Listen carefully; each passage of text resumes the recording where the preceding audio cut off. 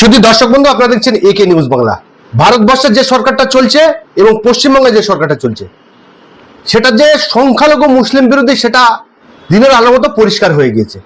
কেননা পশ্চিমবঙ্গের সরকার, বিজেপি সরকার আসার পরে একের পর এক যে সিদ্ধান্তগুলো নেওয়া হচ্ছে, সেগুলো সমস্ত কিছু কিন্তু সংখ্যালঘু মুসলিম বিরোধী হয়ে যাচ্ছে। মসজিদে মাইক খোলা নিয়ে পশ্চিমবঙ্গের হিন্দু মুসলিম সহ হিন্দু মা বোনেরা তারা বলছে যে আমরা ছোট থেকে মসজিদের আজান শুনে বড় হয়েছি, আমার বাড়ির পাশে মসজিদ, আমাদের অসুবিধা না হলে সরকারের কেন অসুবিধা হচ্ছে।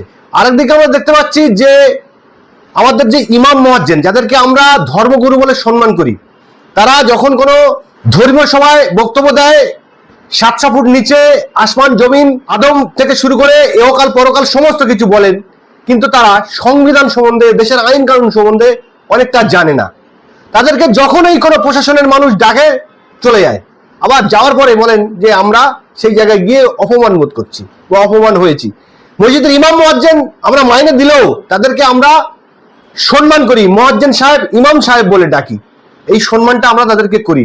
ইমাম মুয়াজ্জিন অসম্মান হওয়া মানে আমরা অসম্মান হচ্ছি, সমস্ত মুসলিম জাতি অসম্মান হচ্ছে। এই প্রসঙ্গে বিশিষ্ট রাজনৈতিক বিশেষজ্ঞ ইমতাজ মোল্লা সাহেব কি মত পোষণ করলেন, শোনাবো আপনাদের। দেশে একটা আইন আছে, সংবিধান আছে, আমরা আইন মেনে চলবো।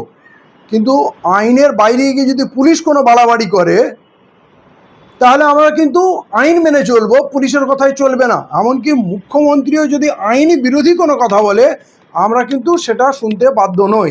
তো এই বিষয়টা এখন নিয়ে ব্যাপক তোলপাড় চলছে। যখন তখন পুলিশ চলে আসছে, থানায় ডাকছে, ইমামরা যাচ্ছে। প্রথম কথা, ইমামরা থানায় যাবে কেন?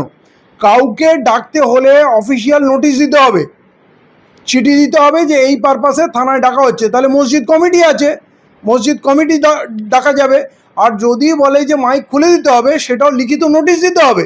কারণ এরকম কোনো নির্দেশ আদালতে নেই। আদালতের যে নির্দেশ আছে সেইটা হলো কমার্শিয়াল এরিয়াতে 65 ডেসিবেলের নিচে রাখতে হবে, রেসিডেন্সিয়াল এরিয়ায় 55 ডেসিবেলের নিচে রাখতে হবে, আর ভোরের দিকে 45 ডেসিবেলের নিচে রাখতে হবে। ভোরের দিকে এমনি শুনশান থাকে, আওয়াজ এমনি অনেক দূর পর্যন্ত যায়।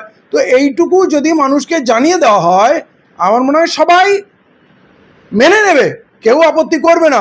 পুলিশ অবগতির জন্য এইটুকু জারি করতে পারে।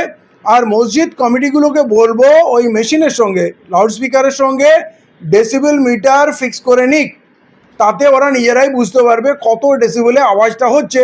কিন্তু এর জন্যে পুলিশ যে বাড়াবাড়ি করছে, এইটা সম্পূর্ণ রাজনৈতিক কর্মকাণ্ড। এটা মুখ্যমন্ত্রীর নির্দেশে বা মানে পশ্চিমবঙ্গের পরিবেশ নষ্ট করার জন্য, উত্তেজনা ছড়ানোর জন্য করা হচ্ছে। এর আগে সরকার প্রথম দফায় এসে মাইকের আওয়াজ কম করিয়েছিল, সেই ঘটনা মানুষ মেনে নিয়েছে। কিন্তু এই মুখ্যমন্ত্রী চাচ্ছে রাজ্যে একটা অস্থিরতা তৈরি হোক। গরু 14 বছরের নিয়ম সীমা যখন বেঁধে দিলেন, বয়সের ঊর্ধ্বসীমা, সেই চক্করে কুরবানি গরু বন্ধ হয়ে গেল। কিন্তু দেখলো যে কোনো গণ্ডগোলই হলো না, মুসলমানরাই বললো আমরা গরু কুরবানি দেবো না। তারপরে রাস্তায় নামাজ পড়তে পারবে না, রেড রোডে নামাজ পড়তে পারবে না, যত শর্ত দিচ্ছে মুসলমানরা এক কথায় মেনে নিচ্ছে, চলো ভাই আমরা কোনো ঝগড়া চাই না। তারপরে আপনার গুন্ডা দমন আইন এলো, জোর জবস্তি, সেই গুন্ডা দমন আইন আদালতে গিয়ে হোঁচট খেলে মুখ থুবড়ে পড়লো, বাতিল হয়ে গেল। তারপরে ওই শুক্রবারের ছাত্র আন্দোলনে উনি বললেন এমন শাস্তি দেব, মার্ক করে নিয়েছি, লিস্ট করে নিয়েছি, নাম কটা মুসলমানের নিলেন এবং বললেন এই শুক্রবারিয়াদের এমন শাস্তি দেবো 3 পিঁড়ি মনে রাখবে। আদালতে গিয়ে আবার মুখ থুবড়ে পড়লো মুখ্যমন্ত্রী, 3 দিনে তাদের বেল হয়ে গেল। তাহলে আমরা দেখতে পাচ্ছি আদালত এখনো বেঁচে আছে। অতএব আমরা আইন মেনে চলবো। পুলিশ এমন কোনো বড় জিনিস না, পুলিশকে দেখে প্যানিক করতে হবে না। এই বিষয়ে বিকাশ ভট্টাচার্য পরিষ্কার বলেছেন যে এইটা সম্পূর্ণ অবৈধ। মাইক খোলার কোনো নিদান আদালত দেয়নি, মাইক কেউ খুলবে না। আর শামীম সাহেব, যিনি হাইকোর্টের অ্যাডভোকেট, তিনিও বলেছেন যে মাইক খোলার কোনো প্রবিধান নেই। যদি এইরকম হয় তাহলে আমাদের জানাবেন, আমরা পুলিশকে আদালতে টেনে আনবো। এবং বাবুলালও, অ্যাডভোকেট বাবুলালও বলেছে, বিশিষ্ট উকিলরা এটা বলছেন। অতএব এইটা নিয়ে প্যানিক করার নেই। সরকার খুব বিপদে আছে। লক্ষ্মীর ভাণ্ডার সবাইকে দেবে বলেছিল, তারপর অন্নপূর্ণা ভাণ্ডার সামান্য কিছু মানুষ পেয়েছে, সেটা নিয়ে ব্যাপক ক্ষোভ আছে। তারপরে দোকান ভাঙচুর, হকার উচ্ছেদ, এই নিয়ে ব্যাপক ক্ষোভ আছে। টোটো নিয়ে ব্যাপক ক্ষোভ আছে। তো মানুষের তো ক্ষোভের সীমা নেই। আপনার রেশন কার্ড বাতিল করছে, হরেক রকম বিপদ এখন চলছে। অতএব ওই যে মানুষের জনরোষ, সেইটাকে ধামাত আবার দেওয়ার জন্য মুখ্যমন্ত্রী নতুন করে পুলিশকে ইশারা দিয়েছেন, মাইক খোলো। মাইক খুললেও তো হবে। মসজিদ একটা সেন্টিমেন্টের ব্যাপার, মানে যে নামাজ পড়ে না মুসলমান, সেও এটা মেনে নেবে না আমার মাইকে কেউ হাত দেবে। অতএব ওরা খোঁচাচ্ছে কি করে মুসলমান গরম হবে, কিছু গন্ডগোল করবে। কারণ মুসলমান গন্ডগোল না করলে তো ওদের প্রাণে শান্তি হচ্ছে না, লোককে গ্রেপ্তার করব, কেস দেবো। অতএব এই সরকার চাচ্ছে গন্ডগোল, মুসলমানদের খুব সাবধান হতে হবে, কোনোভাবে আইনের বাইরে কোনো কাজ করবো না। পুলিশ যদি ডাইরেক্ট মাইক খোলে, তাহলে পুলিশের ভিডিও করে রাখো, আদালতে তার এগেনস্টে যাও, কমপ্লেন করো, তার নাম ঠিকানা জেনে যাও। এবং সার্ভের নামে মসজিদে মসজিদে যে একটা ভুয়ো কাগজ দিয়ে যাচ্ছে, তার অথরিটি কে কেউ জানে না। এবং তাতে এমন এমন প্রশ্ন আছে, বিগত 3 বছরে কোনো বিদেশি এসেছিল কিনা, এটা দেওবন্দি, এটা বারেলি আহলে হাদিস, আরে মসজিদের সঙ্গে এইগুলো প্রশাসনের কিসের সম্পর্ক? অতএব এইগুলো মানুষকে উত্তক্ত করছে, ভয় দেখাচ্ছে, বিভ্রান্ত সৃষ্টি করছে, অস্থিরতা তৈরি করছে। আমি মুসলমানদের বলবো, বিজেপি সরকার প্রচণ্ড বিপদে আছে এবং কেন্দ্রে নরেন্দ্র মোদী যায়, বিজেপি পড়ে যায়। আর এইখানে অলরেডি ডিম থেরাপি তো থেমে গেছে, এখন বিজেপির নেতারা ঘেরাও হচ্ছে, এমএলএ, পঞ্চায়েত প্রধান, বিডিও সবাই ঘেরা হচ্ছে এবং মহিলারা ঘিরছে। এবং সব থেকে বড় কথা, আমি হাজারবার স্যালুট করি আমার হিন্দু ভাই বোনেদের, মায়েদের, তারা যেভাবে প্রকাশ্যে এসে বলছে যে আজানে আমাদের কোনো অসুবিধা নেই, আজান হলে আমাদের সুবিধা, আমরা সময় বুঝতে পারি, এটা দুপুর হয়ে গেল, এটা বিকাল হয়ে গেল, এটা সন্ধ্যা হয়ে গেল, আমাদের মাঠে ঘাটে কাজ করি, হাতে ঘড়ি না থাকলে বুঝতে পারি।